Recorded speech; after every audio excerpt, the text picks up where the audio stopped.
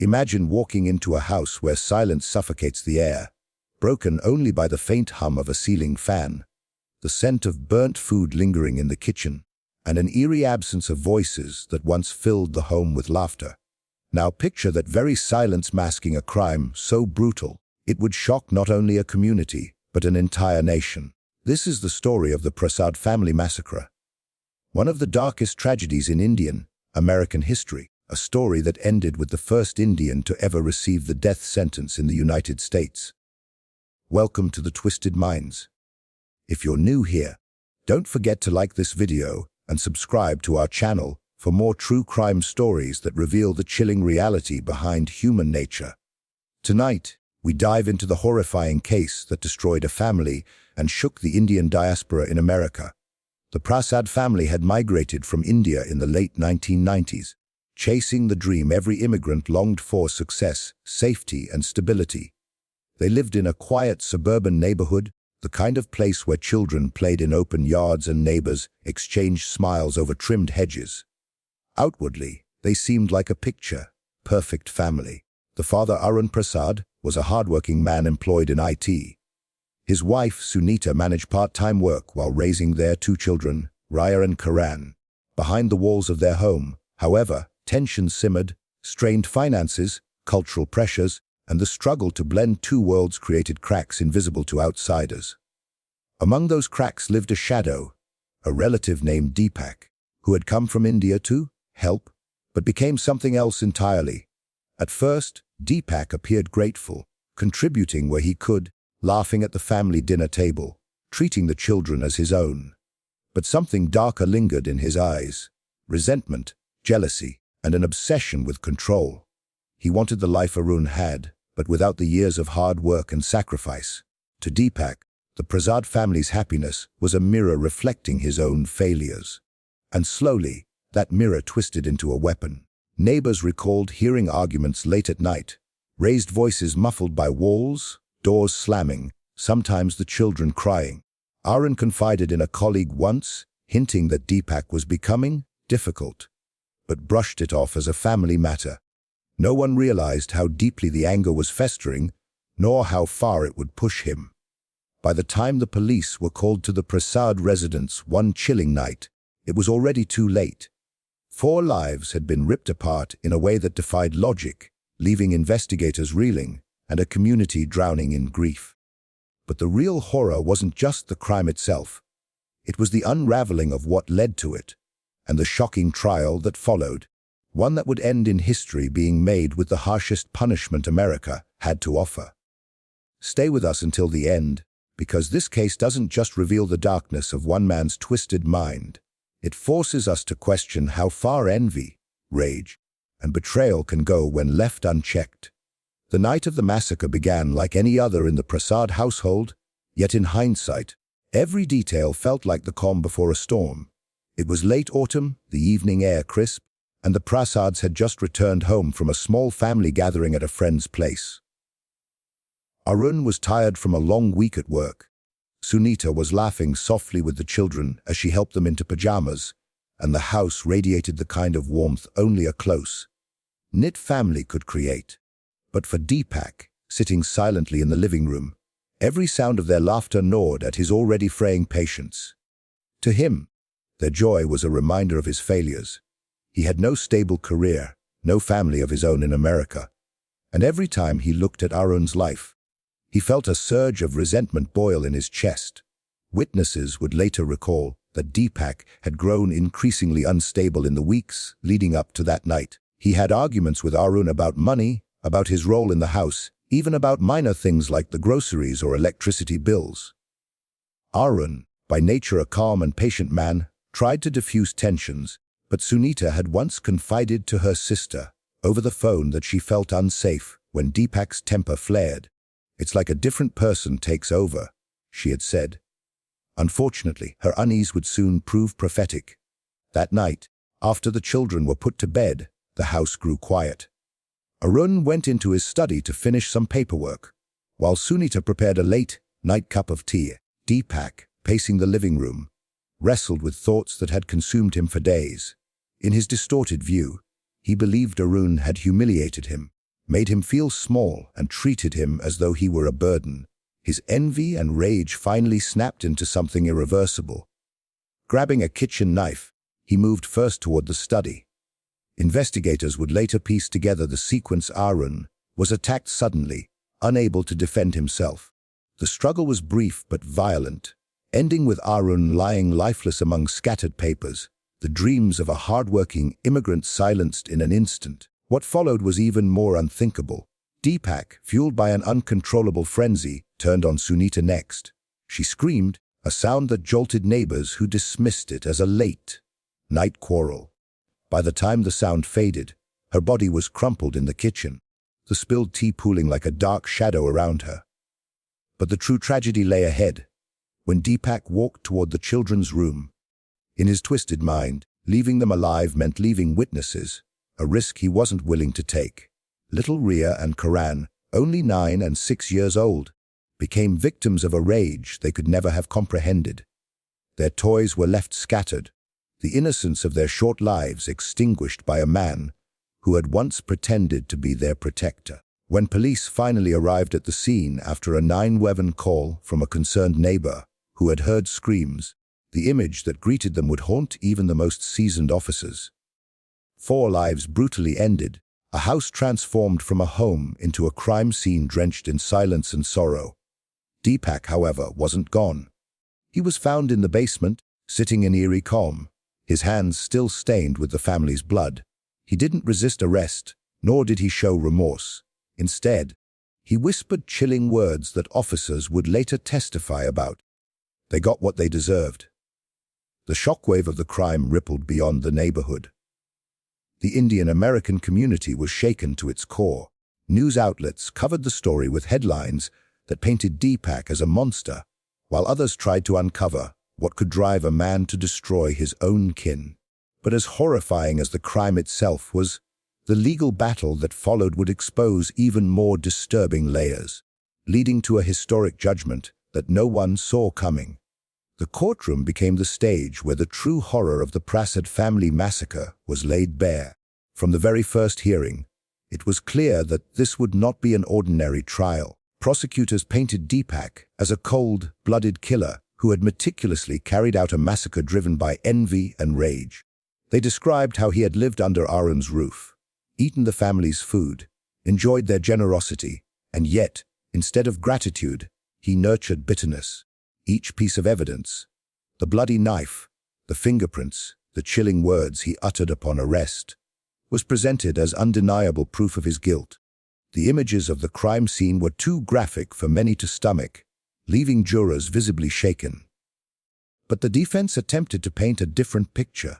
They argued that Deepak had suffered from years of mental instability, claiming he was under psychological distress and snapped under unbearable pressure. They pushed the narrative that he was not in his senses that night, that his mind had collapsed into darkness, and therefore he was not fully responsible for his actions. The trial captivated the media, especially within the Indian-American community, where families watched anxiously, torn between disbelief and anger. Some sympathized with the idea that mental illness could drive a man to commit such unthinkable acts, but most demanded justice for Arun, Sunita, and their children. He betrayed their trust. One relative sobbed outside the courthouse. He lived with them like a brother, but killed them like a monster. Each testimony deepened the wound. Investigators described the gruesome details, doctors outlined the injuries, and neighbors shared how the family once radiated happiness before being silenced forever. One of the most haunting moments came when prosecutors showed the children's belongings to the jury, a pink teddy bear stained with blood, a homework notebook left incomplete. Gasps filled the courtroom. Tears rolled down the faces of even the most hardened journalists present. It was no longer just about legal arguments. It was about humanity, about 2 innocent lives that never had a chance to grow up. The prosecution hammered home the point that this was not a case of temporary madness, but deliberate annihilation. Deepak had choices, they said, and he chose violence. Not once, not twice, but 4 times in one night. The defense countered with psychiatric evaluations, claiming Deepak had a history of depression and paranoia that went untreated. They argued he felt emasculated by Arun's success and trapped by his dependence on the family. But the jury seemed unconvinced. Every time Deepak was asked why he did it, he gave cold, cryptic answers, at times smirking, at times emotionless. His lack of remorse became a weapon for the prosecution. When closing arguments were made, the weight of the crime hung heavy in the air. The prosecution demanded the harshest punishment possible, declaring that this crime deserved nothing less than the death penalty. They reminded the jury that this wasn't just murder. It was the annihilation of an entire family, the destruction of innocent children, and a betrayal so deep it shattered trust within a community. The defense pleaded for mercy, urging the jury to consider life imprisonment instead of execution, claiming that taking Deepak's life would not bring back the Prasads. The jury deliberated for hours, the nation holding its breath.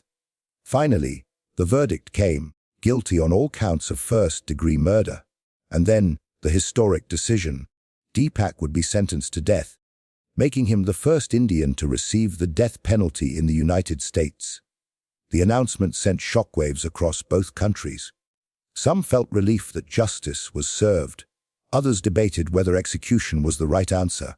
But for the families of Arun and Sunita, it was a bitter mix of closure and endless grief. As Deepak was led out of the courtroom, shackled and expressionless, one juror later admitted that his chilling stare would haunt them forever. The trial had ended, but the echoes of the massacre were far from silenced. The real question that remained was not just about punishment, but about how a man could carry such darkness within him, hidden in plain sight, until it erupted into tragedy. After the verdict, the story of the Prasad Family Massacre continued to ripple far beyond the courtroom. News channels in the United States and India broadcast headlines that clashed between shock and disbelief. First Indian man sentenced to death in America. Family betrayed by their own. A tragedy of envy and rage. For the Indian-American community, the case became more than just a crime.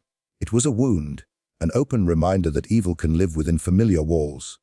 Vigils were held in memory of Arun, Sunita, and their children. Friends and relatives lit candles outside the Prasad home, leaving flowers and toys on the steps where children once played.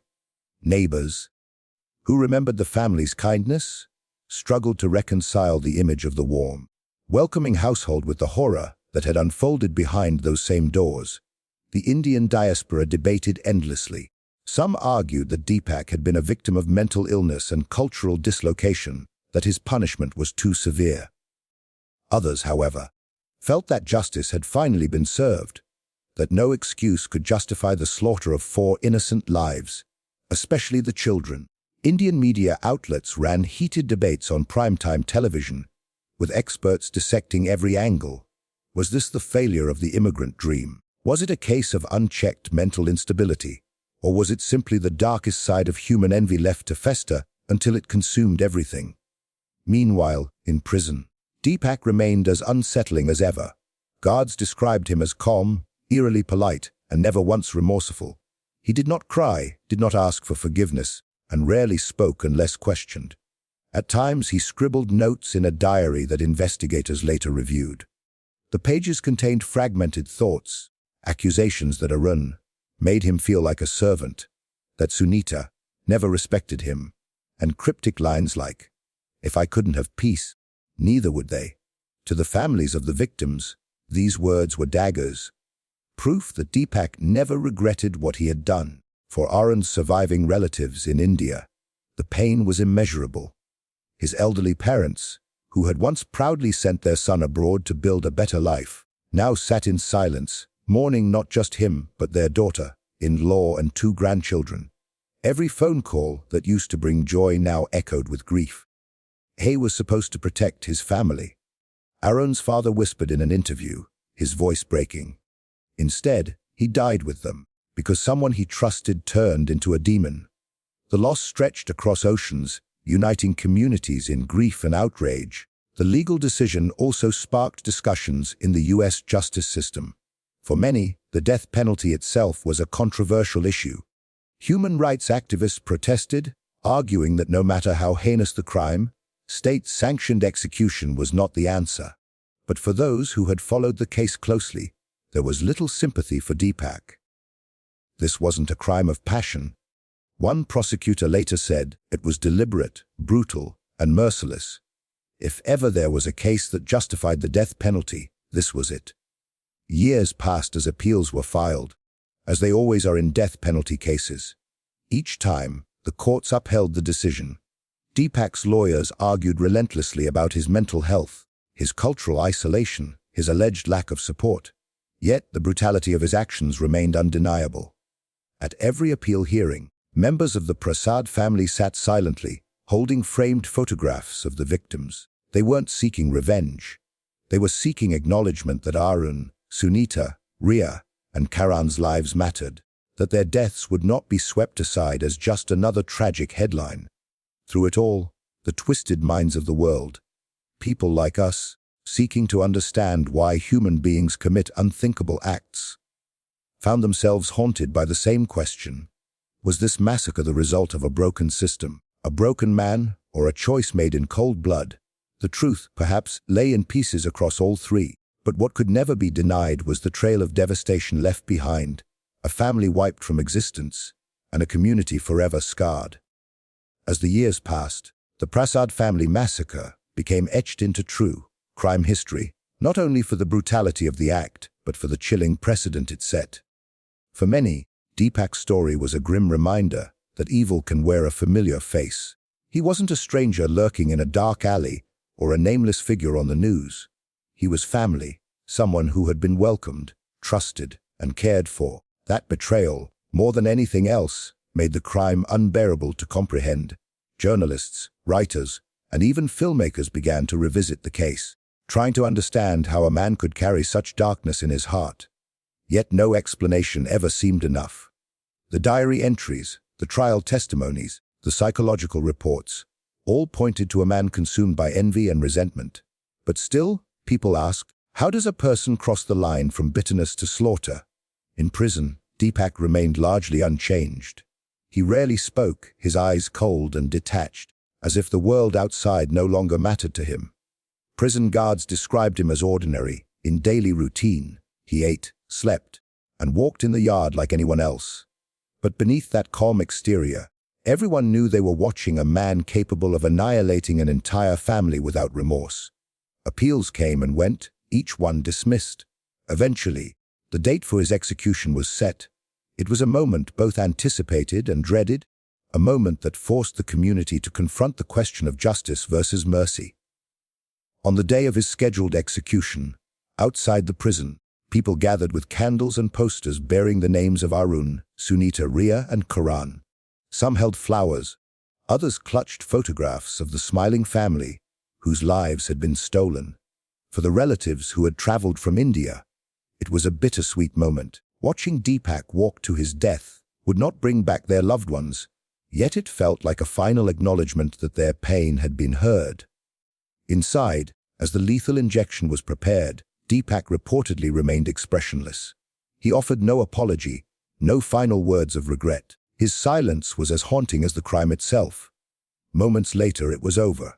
The man who had destroyed a family and shaken two nations was gone. But justice, if that's what it was, did not erase the void left behind.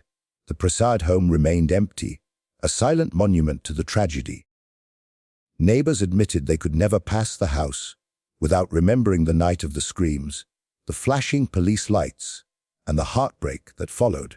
In India, Arun's parents carried their grief until their final days, never fully recovering from the loss of their son, daughter, in-law, and grandchildren. The massacre left wounds that no verdict, no punishment could ever truly heal. The legacy of the case, however, was undeniable. It became a warning of how envy and resentment can destroy, of how unchecked anger can consume, not just an individual but everyone around them. In law schools, the case was studied as an example of cultural complexities meeting the harshest edges of American justice.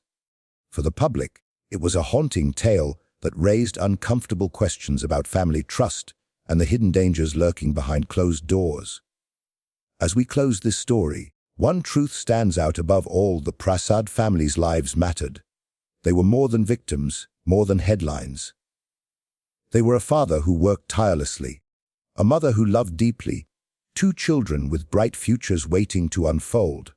And while their lives were stolen in a night of unthinkable horror, their memory lives on in the voices that tell their story, refusing to let them be forgotten. Thank you for watching this episode of The Twisted Minds. If this story moved you, please take a moment to like this video and subscribe to our channel. Your support helps us continue to share the stories of lives lost to the darkest corners of human nature, and it ensures that tragedies like this are remembered, not erased. Stay with us, because the world is filled with tales that remind us how fragile trust can be, and how important it is to keep shining a light on the truth.